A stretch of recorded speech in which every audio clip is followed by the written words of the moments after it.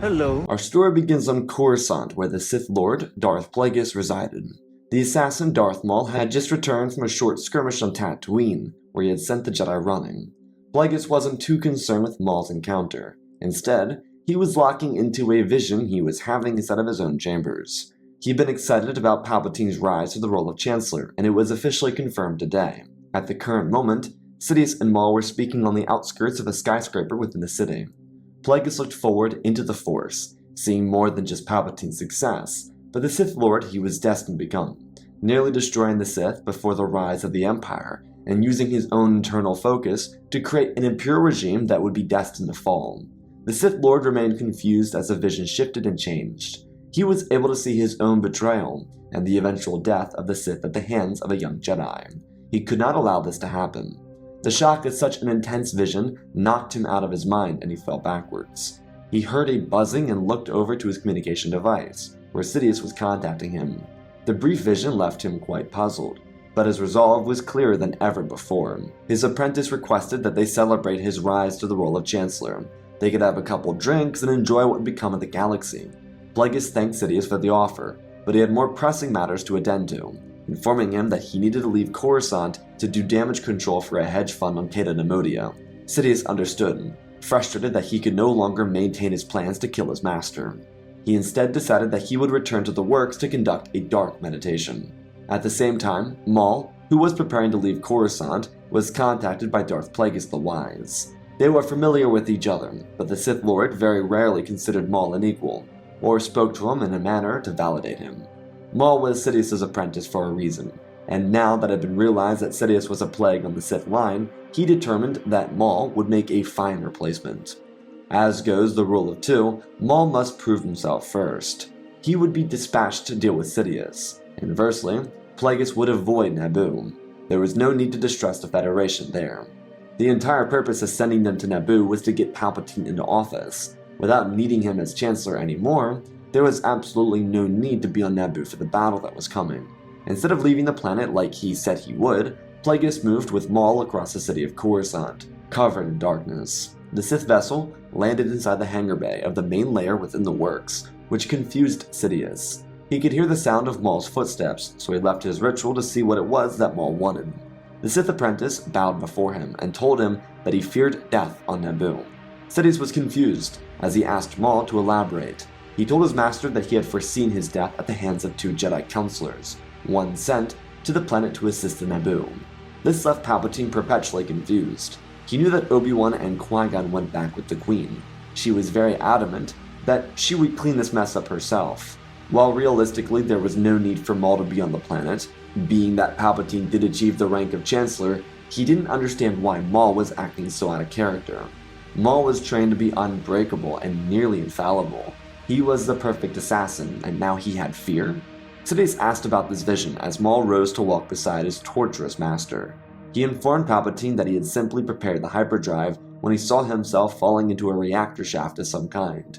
He would die on Naboo, and Sidious stopped realizing why everything felt awry. His eyes turned back, asking Maul if he was followed here, and Maul acted confused. Followed? Who would be following him? Sidious felt his master's presence, but why would Plagueis lie about a hedge fund incident? It didn't make sense. He wasn't aware of his betrayal. His skin then ran cold at the thought of facing Plagueis in a head-on engagement, with the help of Maul. Palpatine was confident in every facet of his life, but fighting Plagueis was something he simply refused to do. His hands hovered over his lightsaber as he saw a shadow walk towards him. Plagueis' voice boomed out, calling Sidious a traitor. His betrayal of the new Sith lineage would destroy everything. Palpatine ignited his weapon, telling his master to stay back, and he stopped. Nothing but a dark shadow lurking in the dimly lit corridor of a Sith lair. He smiled under his hood, and just as all of Palpatine's focus landed on Plagueis, Maul's double-bladed weapon ignited, and he lunged forward, catching Sidious completely off guard. His first strike hit Palpatine's second saber within his robes. It destroyed the weapon, now leaving it ineffective, as Sidious ducked backwards, using his quick maneuverability to avoid a lethal strike to the gut. Plagueis collapsed his hands together, watching the true foolishness of the Sith Empire. Their blades echoed across the chambers, the future and the past of the Sith converging in this moment. Palpatine represented ideals that Plagueis wanted to extinguish, and Maul was the future the Sith truly deserved. Their weapons clambered against one another, as Palpatine demanded Maul to see that he was being used. Plagueis called out, telling Maul to use his anger, allow his fury to shine through. Sidious was limiting him because he feared a true rival. In all fairness, Sidious did know that a full potential Maul would eclipse him, but he wasn't actually trying to hold his apprentice back. He ducked out of the way, spinning backwards and blasting electricity at Maul. He sidestepped, out of the way, and dragged his lightsabers across the ground, slashing up, sending debris back at Palpatine while blocking the electricity. Their blades connected again, as Maul used his double-bladed saber to defend himself as rapidly as possible. Palpatine's offensive was brutal for Maul, but he protected his body adequately, before using the wall and slashing down at Palpatine, overpowering him briefly before the Sith Lord took his strength back, forcing Maul back into another wall and nearly killing him with a blow to the throat. But Maul was able to again use his physically dominant strength to throw Sidious backwards. He spun, whipping his sabers across Palpatine's defense. As Maul started to get a slight advantage, Sidious got angrier. The thought of being overpowered by Maul frustrated him to no end. Just as this irritated essence started to rise off of Palpatine, Plagueis acted. He pulled his saber from his belt and ignited it, distracting only Sidious, who feared nothing more in the galaxy than engaging his master in a 1 versus 1 engagement, let alone in a fight with Maul against him. Maul ducked a strike, knowing that Plagueis would do this, before slapping both ends of his saber against Palpatine's defense. He kept himself away from harm, but slid back to see if Plagueis was coming his way. As it turned out, Plagueis did this as a distraction. If Palpatine wanted to cheat by getting him drunk and killing him, then surely there was nothing against distracting Palpatine while he was fighting his own assassin. Sidious felt pain rise up his leg, and turned to slash down Maul, but the backside of his saber was raised, and Maul used his natural strength again to launch Sidious face first into a wall, where he was slashed across the back. Maul stood over Palpatine, who wheezed in pain, and Plagueis told his new apprentice that he would take it from here, using the Force to toss Maul Palpatine's lightsaber as a trophy. Sidious cried out for Plagueis to have mercy, but he must have forgotten there was no mercy on the dark side. While Plagueis the Wise didn't have any definitive proof to believe that Sidious would get him drunk and kill him, it did seem like the most feasible option from Palpatine. He was a coward. Sure, he was a capable fighter, but there was always a hit-and-run strategy. His belief that he was always the smartest man in the room may have worked inside the Senate, but Plagueis was nearly a century older than Palpatine. There was no reason to think that he could just out-wise Plagueis the Wise. Lightning fled from the Sith Lord's fingers as Palpatine yelled out in agony. It would be a torturous array of lightning and suffering, but Maul and Plagueis enjoyed every second of it. Maul was knelt on the other side of the room, waiting for his new master to finish off killing his old one. Sidious would find death within the coming hour, and it would be excruciating. Plagueis made sure that when Palpatine died, he actually never found any peace, because there were worse things in the galaxy than death. Sidious's soul would be trapped in limbo between life and death, an eternal purgatory for the apprentice that tried to continue the already destroyed Rule of Two. Plagueis thanked Maul for his efforts, telling him that he had done well, but there was much to learn, and finally, he would receive the training he deserved the entire time. Unlike Palpatine, there wasn't a fear of Maul surpassing Plagueis' own mastery, but even if it did come, then he would rather be succeeded by Maul than by Sidious. He realized that there had been a continuously overlooked error in his training and understanding of his former pupil. Sidious wanted the galaxy for himself. His selfishness would have driven the Sith into extinction, because Sidious wanted to use everyone as a stepping stone to his own individual success. Plagueis could patiently wait. He could allow darkness to envelop him, and he could find victory through external means, ones that didn't dismantle the way of the Sith. Plagueis cared much more about ensuring the survival of the lineage. It was rather selfless for a Sith, but it didn't mean he'd go out of his way to make sure Maul or any other student lived. It was more or less an understanding that the ancient Sith failed because they were too arrogant and too focused on self. Plagueis was far more interested in his Sith-dominated galaxy that remained in their control. The empire he envisioned was one of Sith leadership, but prosperity unmatched by any ruler ever seen. The Sith empire he wished to create wouldn't enslave the populace for mere enjoyment. Everything needed to be done with purpose, and without fear of the Force. He didn't see much from the vision, but what he did see frightened him of what Sidious would do with the imagery of the Sith. They could not waste their opportunities in self-focus. They were mysteries of the Force, ones that could be expanded upon during the Clone Wars and in the coming Empire. Plagueis told Maul that he was free to go from here. If he wished to assist on Naboo, then he was free to do so. If not, then he may remain here. His focus now turned to how he would continue to manipulate the Senate. Turns out that wasn't extremely impossible. Palpatine's apparent disappearance would be linked to a Trade Federation assassination, so it would turn the Battle of Naboo into a total mess for the Federation itself. They were Sith allies, but Plagueis allowed them to bite the bullet, expressing that Palpatine's untimely death would lead to a far greater resolve for the Federation. They had to be patient.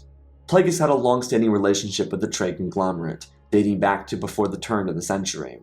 They were strong allies, and the Sith Lord knew that if the Republic turned on them for Naboo and Palpatine's death, then they would be even more effective allies for the CIS. After all, Palpatine and Plagueis were both in favor of the Clone War. Yet there was one little problem that was to come. As Plagueis continued preparing countermeasures following the Battle of Naboo, he would be visited one day.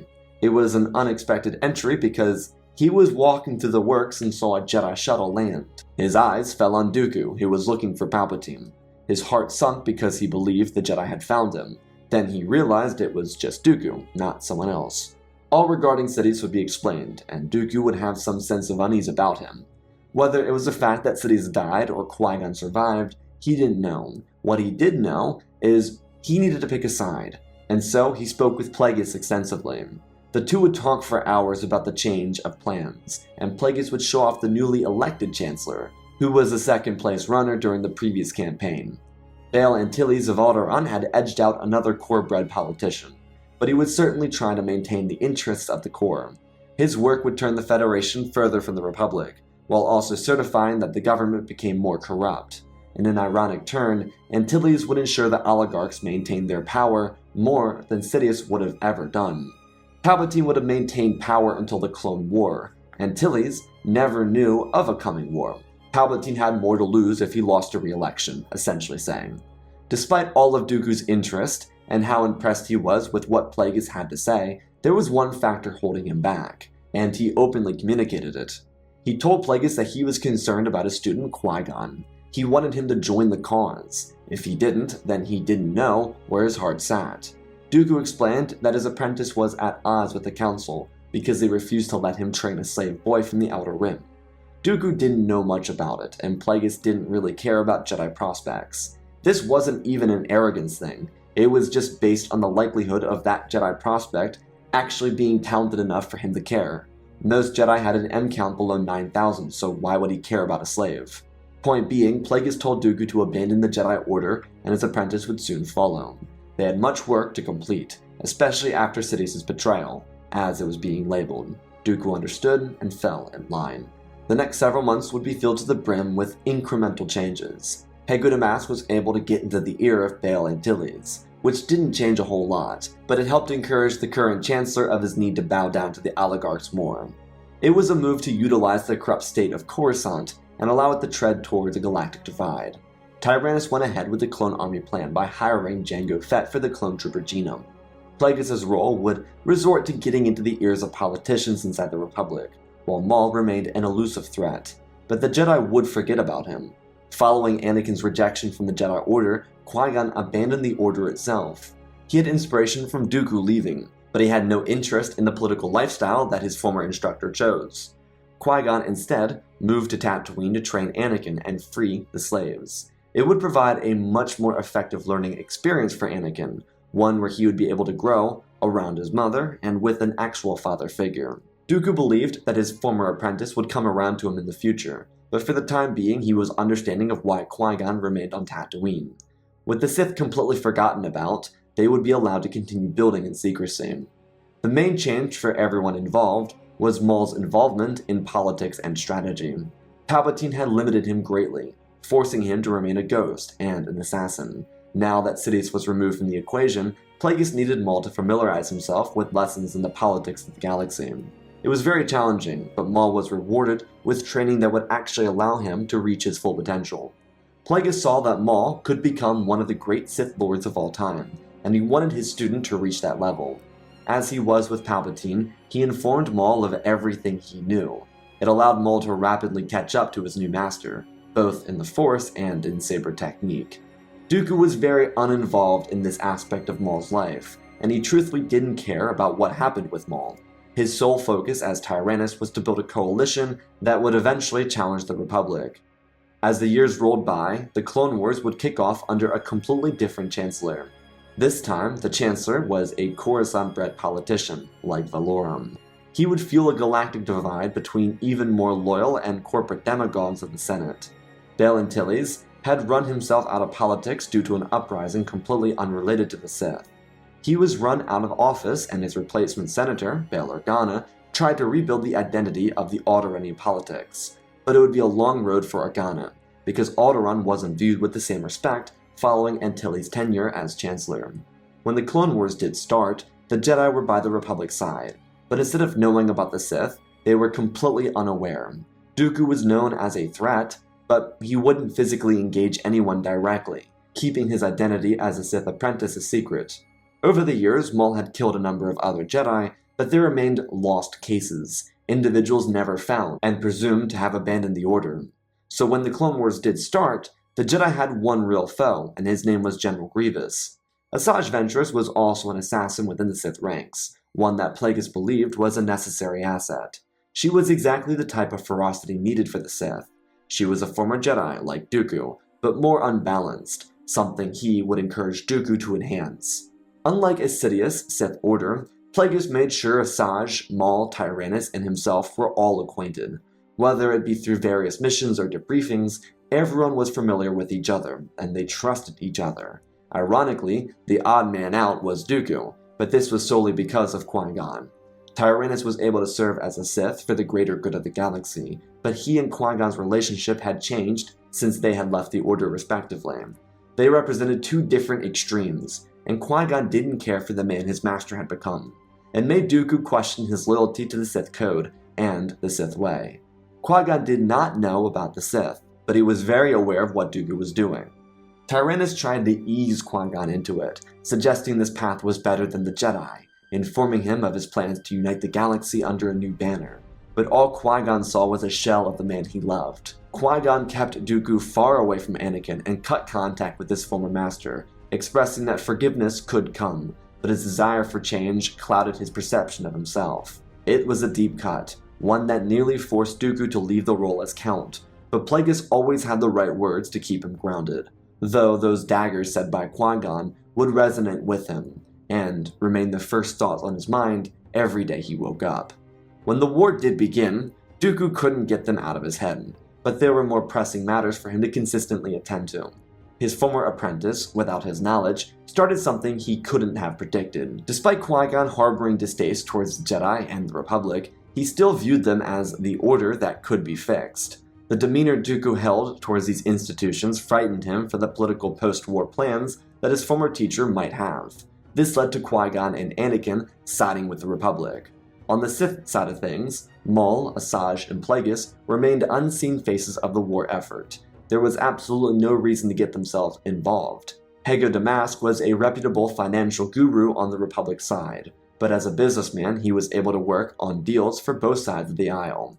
While the war was the breeding ground for strength, the idea of the Sith was not to put themselves into harm's way for political repercussions. Dooku and the current Chancellor were the villains of this era, not the Sith, so they would let the Jedi and the politicians take the brunt of the blame for the combat that continued to accentuate.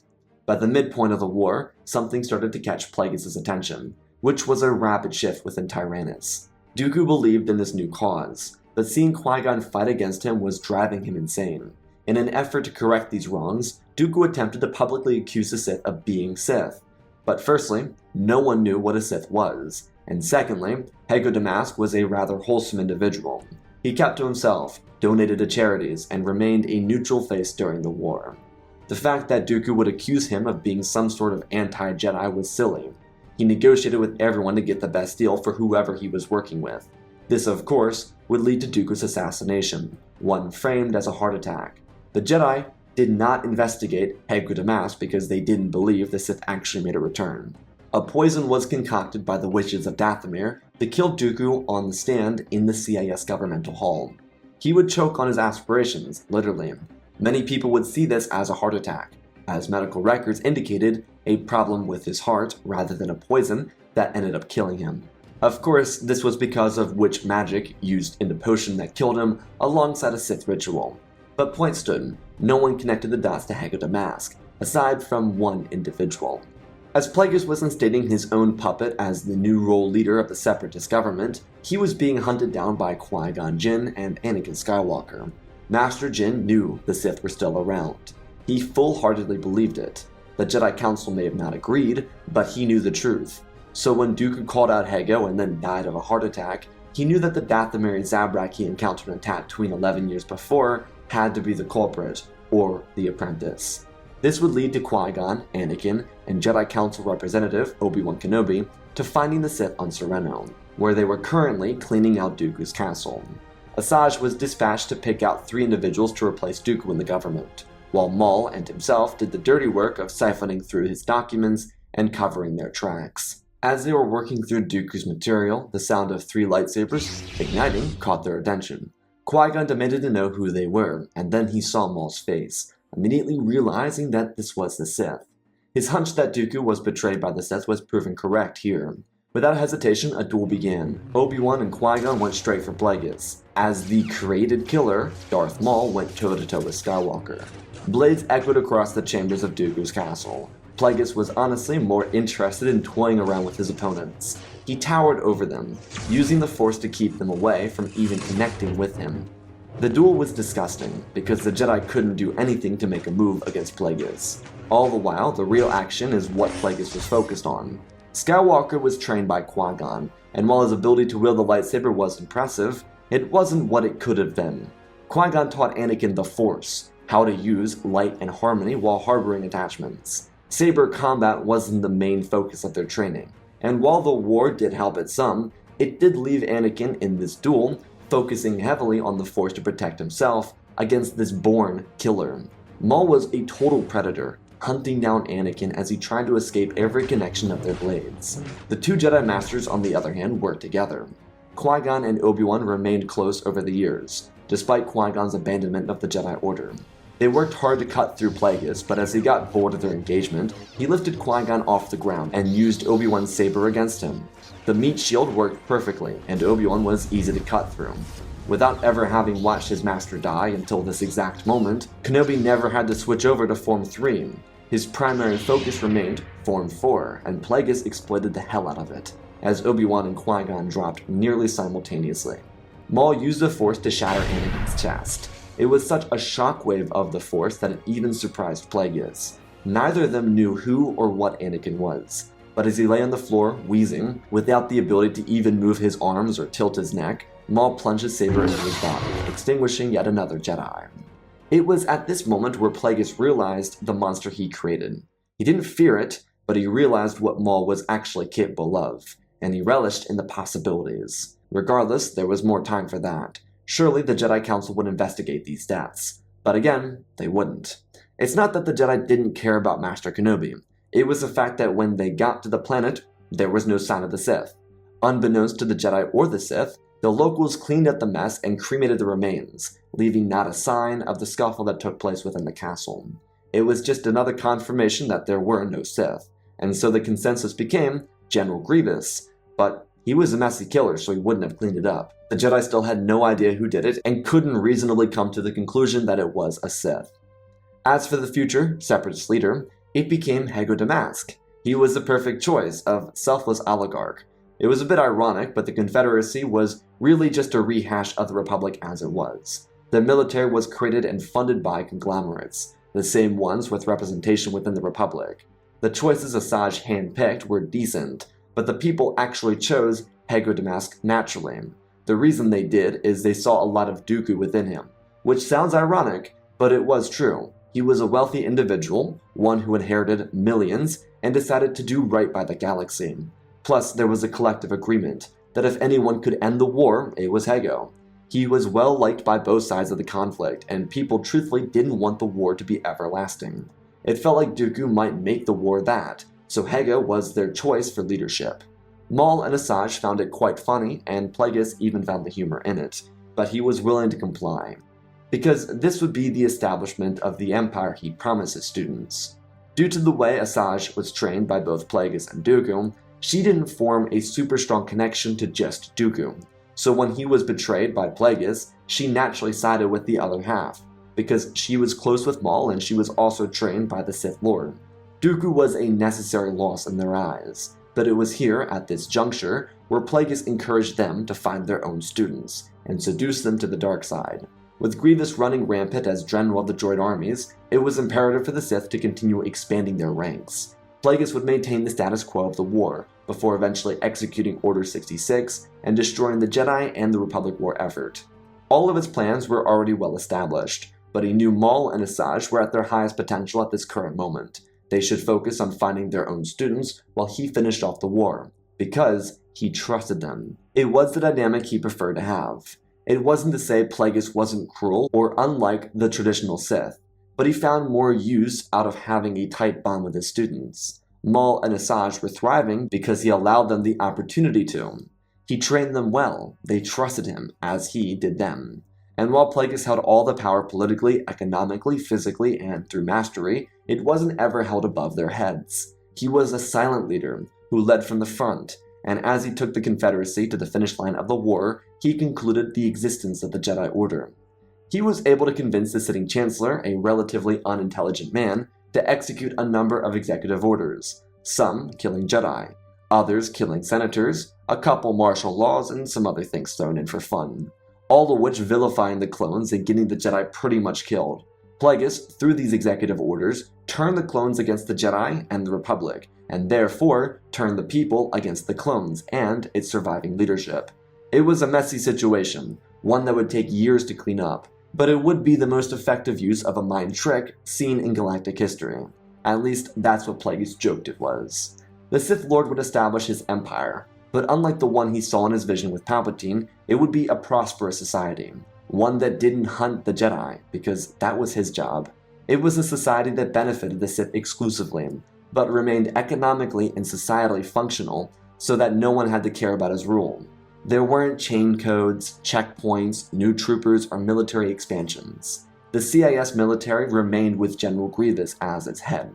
He would hunt Jedi with other Sith, but aside from that, there was no need for conscriptions. The systems that fled to the Confederacy were welcomed in with open arms, and Plagueis created a government in his image. The executive branch would function without his presence, but it would entirely rely on his word if he said so. It was a selective monarchy, if you will, but Plagueis understood that as long as he kept people comfortable, then they would accept the status quo. The nature of tyranny is unnatural, so why force it? His monarchy wasn't natural, so he allowed it to exist within the context of the government he built following the Clone Wars. He had the support because his military didn't try and coup the Confederacy. Plagueis didn't need to force the Republic to fold under him. He simply replaced the failures of a leader before him, which meant any hiccup he had along the way made him look like a saint, especially compared to Dooku's madness at the end of his life. The Sith Empire built by Plagueis would be long-standing. His students would be vast, as Ventress and Maul added to their ranks. The trio and eventually group of Sith would hunt down the last of the Jedi, making their religion completely extinct. While they maintained their position as Sith, the galactic government operated without direct oversight. This gave Plagueis the opportunity to step in whenever the government was acting out of whack and discipline them for being knuckleheads. As it turned out, that made him into an untouchable icon in the new society. There would never be a mention of the Sith, and he wouldn't try to do damage to the reputation of the Jedi. They were almost martyrs following Order 66, but because the executive orders affected the Senate, they were lumped in with the corporate demagogues that destroyed the Republic. A large part of the favorability he maintained came from the fact that he didn't let the conglomerates supersede the mandate of the government, and any politician cooperating with these monopolies for personal interests would lose out on their power. Plagueis continued being evil, but he didn't do it at the cost of turning his empire against him. The Sith were the kings and queens of the galaxy. There were no challengers. Sure, the surviving Jedi put up a couple fights, but with several Jedi leaving the surviving ranks to become Sith assassins, it was impossible to rise up against the Sith. The Inquisitorius would be fully trained by Maul, and they would work as enforcers of the Sith regime. But again, the Sith as a concept or an idea would never be seen publicly. Their evil empire would last for centuries. Plagueis' knowledge would ensure his and those he cared about's lives would forever thrive through the knowledge he obtained.